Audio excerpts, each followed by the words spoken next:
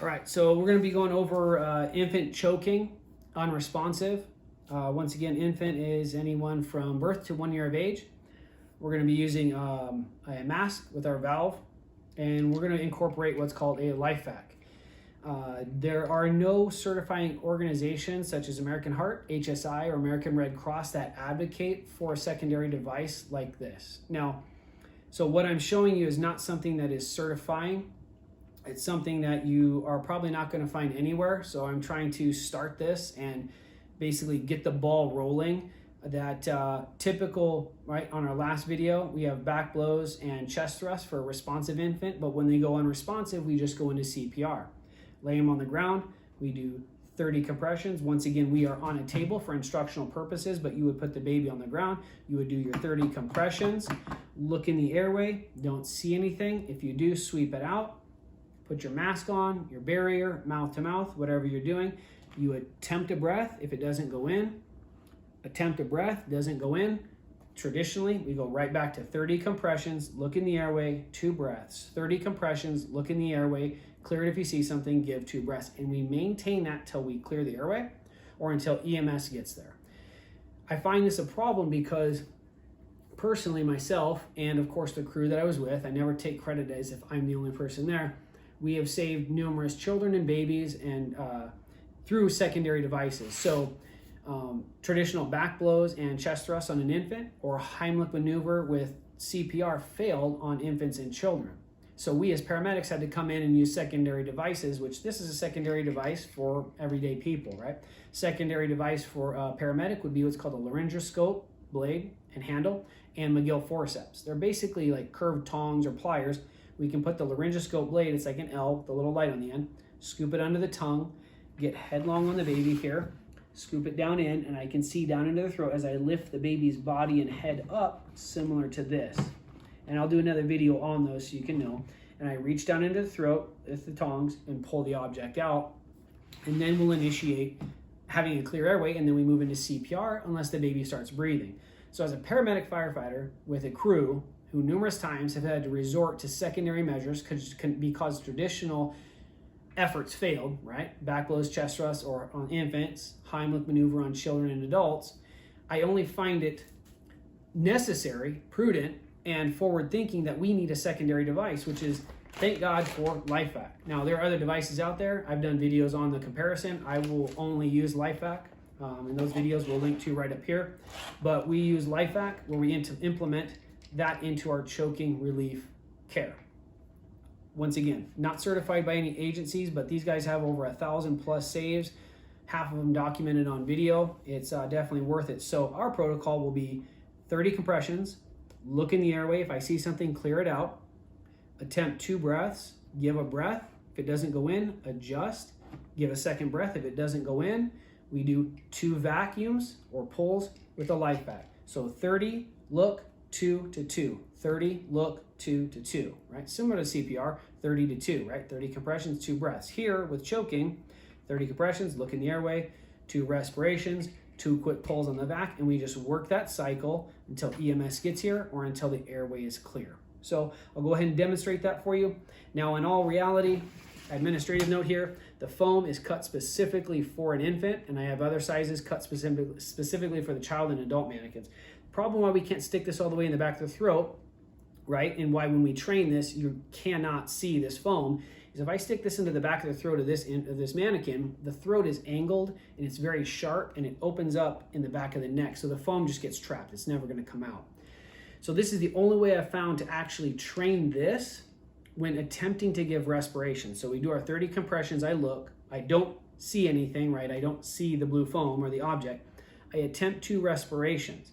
Now, when I give the respiration, because they're unresponsive and they're choking, there's an object here, right? There's an object here, which we're pretending is this, and it's going to stop my breaths from going into their lungs. So I'm not going to see rise and fall because there's an object. That's what this is supposed to mimic. So we do our 30 compressions, look in the air, we don't see anything, attempt 2 breaths, they don't go in because they're choking. Now we attempt 2 pulls with the Life Vac. Okay, so that's the idea of, hey, this object is to mimic or replicate or show that there's actually something stuck deeper in their airway. All right, so let's get to work. So we have a baby. The previous video doing 5 back blows, 5 chest thrusts. Now, hypothetically speaking, the baby goes unresponsive. We lay the baby on the ground. Once again, table for instructional purposes only. We're going to do our 30 compressions. 1, 2, 3, 4, 5, 6, 7, 8, 10, 11, 12, 13, 14, 15, 16, 17, 18, 19, 20, 21, 24, 25, 26, 27, 28, 29, 30. Look in the airway. I don't see anything. No blind finger sweep because I don't want to push it deeper. Place my mask. Attempt a breath. It doesn't go in. I'm going to readjust. Attempt a second breath. It doesn't go in. Place my Life Vac. Place, press, pull. Place, press, pull. Okay? The object comes halfway out. So, now what I'm gonna do is, does the baby start crying? Sometimes in my experience professionally, they start crying. Sometimes they half cough, vomit, throw up, inhale it back in. They're deep blue at this point. It's a very terrifying and stressful situation. Once again, I have seen this personally at a pool. Thank God for my wife. She was initially who saw it and initiated life-saving care on this baby, on this child. Now at this point, we clear the object. They may start breathing. They may start vomiting. If we don't see any signs of life coming back, we are right back into compression. So we cleared the airway, no response. Baby is not breathing. Baby has no heartbeat. 1, 2, 3, 4, 6, 7, 8, 9, 10, 11, 12, 13, 14, 15, 16, 17, 18, 19, 20, 21. 26, 27, 28, 29, 30. Look in the airway. Even though we cleared this, there might be something else in there. I don't see anything. I attempt a breath. Good rise and fall. Second breath, good rise and fall. We know we've cleared the airway. We're getting air into them. Go right back into compressions. 28, 29, 30.